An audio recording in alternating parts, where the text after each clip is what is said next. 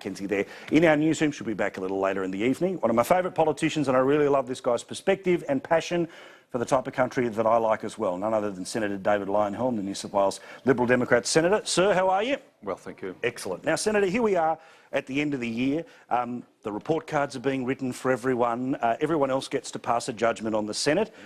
As somebody on the inside, I want to ask you a few questions about how it's working.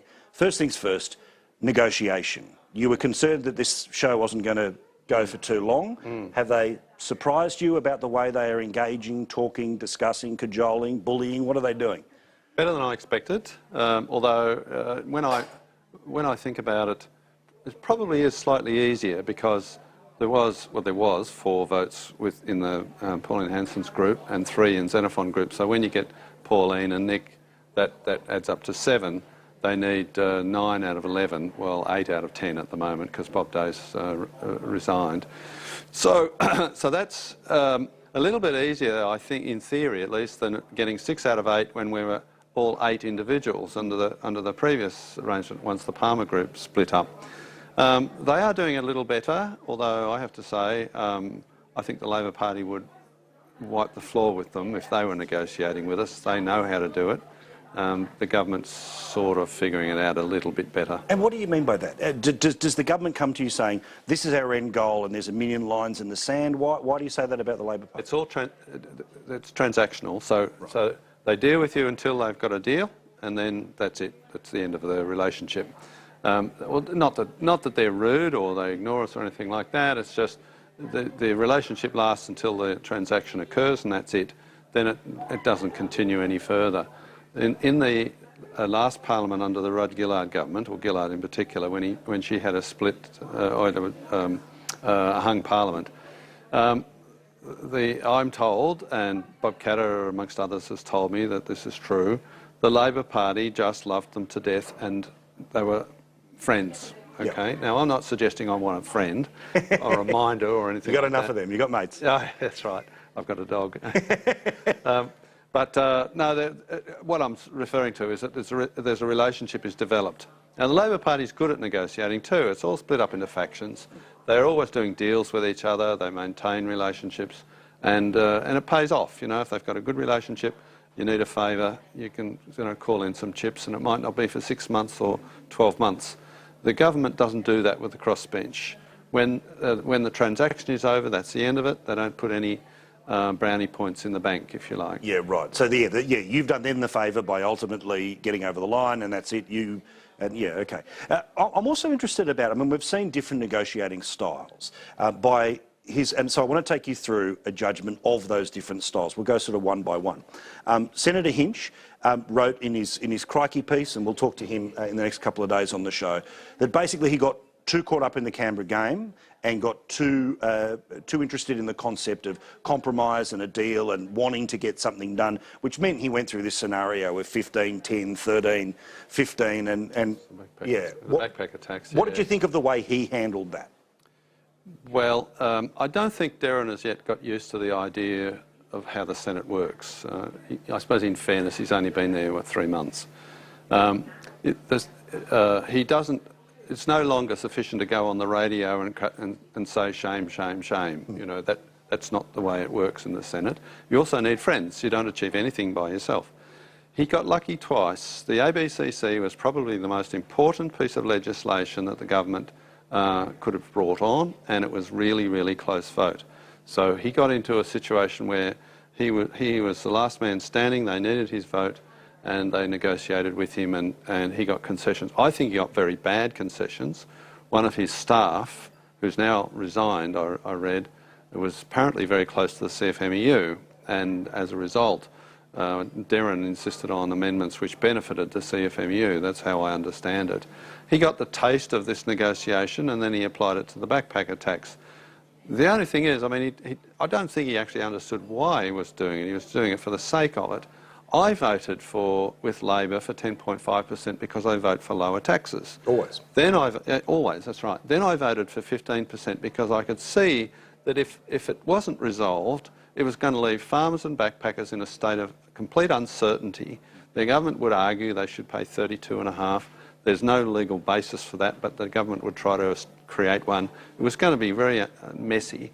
And my background is in agriculture. I didn't want farmers, facing all that nonsense. So I negotiated with the government to keep the privacy of the farmers, maintain the privacy of the farmers who hired backpackers, so they couldn't be targeted by the union. So I thought it was a fair trade. And in the end, we were talking about 2 or 3 percentage points. There's nothing in it. Well, that's what seems strange about that. I couldn't understand why Darren, first of all, supported 19, then said he'd support 15, and then wouldn't support 15. What was he fighting for?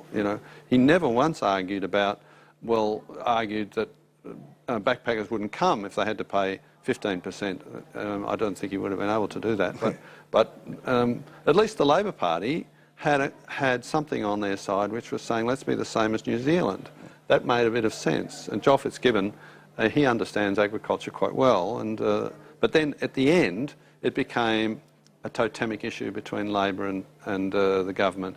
And it wasn't fact-based, it was a headbutt. Well, which gets us to this point too. I mean, the frustration that I have, it's one of the reasons I voted for you. I'm very open about all of this. It's one of the reasons I voted for you, is low tax, balanced budget, some very simple but very important principles. What is amazing about the way the game works now is, and I don't care where it started, but all I care is where it is now. None of the big stuff's going to get done. It's only ever going to be on rich people and above, or it's going to be tinkering on the sides about backpack. I mean, let's be honest, backpacker taxes doesn't change the world. It doesn't change it. But there seems to be no political punishment that's coming to the government or the opposition for not actually dealing with the main game. Yes, both the major parties are living in a sort of a state of denial, if you like. The Labor Party is saying there's nothing to see here, and by the way, we're having fun beating up on the government. We're just waiting until the next election when we can win, and let's not worry about what damage is caused on the way through. And the government's saying, well, we can't get it through the Senate, nobody will agree with us, therefore we can't do anything. I'm pessimistic about the chances of anything changing in the short term. I think Malcolm Turnbull and Scott Morrison and Matthias Cormann are capable of changing the debate. They're all three of them are quite persuasive. But they've got to get over this idea that you make one speech and that's it. By the time you get up to 25, you're only getting warmed up how many times you say it. And they need to do that sort of thing. Malcolm Turnbull especially, he's a very good persuader. He's quite a charming, engaging guy when he wants to be. But frankly, I think change will be forced on us by Trump most likely. If America drops its company tax down to 15%, which is what he's talking about, and he's got a Republican-controlled Congress, both houses, wouldn't be at all surprised if he gets it through, we are going to look so stupid sitting at 30%. This idea of gradually over 10 years reducing to 25%, which they couldn't even get through the Senate at the moment because it affects big companies as well, and big companies are all bad. They're all terrible. They're evil. They only pay company tax and they keep the show going. But once Trump does it, once America does it, and it's very obvious that nobody wants to set up a business in Australia and pay 30% tax if they can do it in Singapore, America or Ireland or somewhere like that. The pressure on us to change, I think, will be unavoidable. Now, I don't know if it's the bubble that I live in. We all have to admit at some point we do these sorts of things. But it felt like there was a real change in the air, not since Howard in '96 in Australia, when Trump was elected, this concept of a real loosening of the chains, of the things we can and can't talk about the way we can interact with each other, the way we can debate with each other. Deplorables was the way that it was described there, and the analysis in Australia has sort of been there's this, collection of dumb and angry people just waiting to disrupt the process by voting for you, Pauline, or anyone else. They don't get it. They don't get that the people who've stuffed it for 20 years don't get to fix it. That's right, and they're making it worse for themselves. I mean, the National Rifle Association supported Trump. The deplorables all voted for Trump. They weren't all shooters, of course, a lot of other people did too. But they're trying to ban certain types of shotguns here in Australia in the next end of the week, and completely ignoring the fact that there's 1 million shooters in Australia. They're amongst the deplorables. There's an amazing number of people out there who are just angry, want to protest against the establishment. They'll vote for anybody, basically, outside the establishment who's stirring them up. They're not necessarily convinced about the solutions, but they'll vote for someone who enunciates the problems. And also, we're not voting for Pope, too. No. We're voting for a senator, so there'll be things we disagree on. There'll be things where I go, oh, that's not the perfect vessel. But as a general thrust, that's why I'm all on this, because I think this is where people are. And finally, I've got to ask you here, too, because I know it's an issue that you care about deeply, which is Victoria starting to basically be, most likely, by the middle of next year, could be the first standalone state to go for voluntary euthanasia. That's actually very encouraging. It's an issue I've been pursuing, as you mentioned, for some time. I have a bill in the Senate which would repeal what's called the Andrews Bill, the Territory Rights Bill, which prevents the ACT and the Northern Territory from introducing any laws relating to euthanasia. It's all I can do at the federal level. I don't think the Commonwealth Government has jurisdiction over this issue. I think it's a state thing under the Constitution.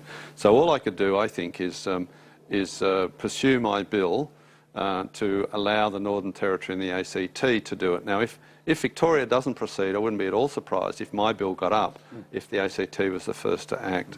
And maybe even now, with the change of government in the Northern Territory, they would move there too.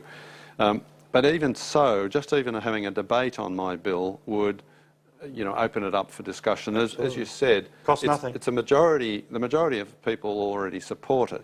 Yes, we have to have some safeguards that people don't feel as if it's the thin end of the wedge, that if it's going to cause the deaths of people who don't want to die, or people are going to be forced, coerced into saying, yes, all right, I'll die because I don't want to be a nuisance to someone. You've got to have some safeguards. I don't want to over-medicalise it either. I don't think doctors are necessarily the best qualified to deal with those sort of issues. But still in all, at the end of the day, if you own your own body, you also have a right to decide when you want to get out of it, when you want to go. It's nobody else's decision. If somebody else says you can't make that decision, they're basically claiming they own you. That's what they're saying. Well, and things that we've already solved before about abortion or about other things, this is the next front in all of that. Indeed. All right, Senator, thank you so much. Merry Christmas, mate. My pleasure. And thank you for my present. How's this for a present? That wonderful cigar. God love you, big fella. Thank you very much. Senator David Leyonhjelm, all the best to you and your family for Christmas. Quick break, back with more here on Paul Murray Live.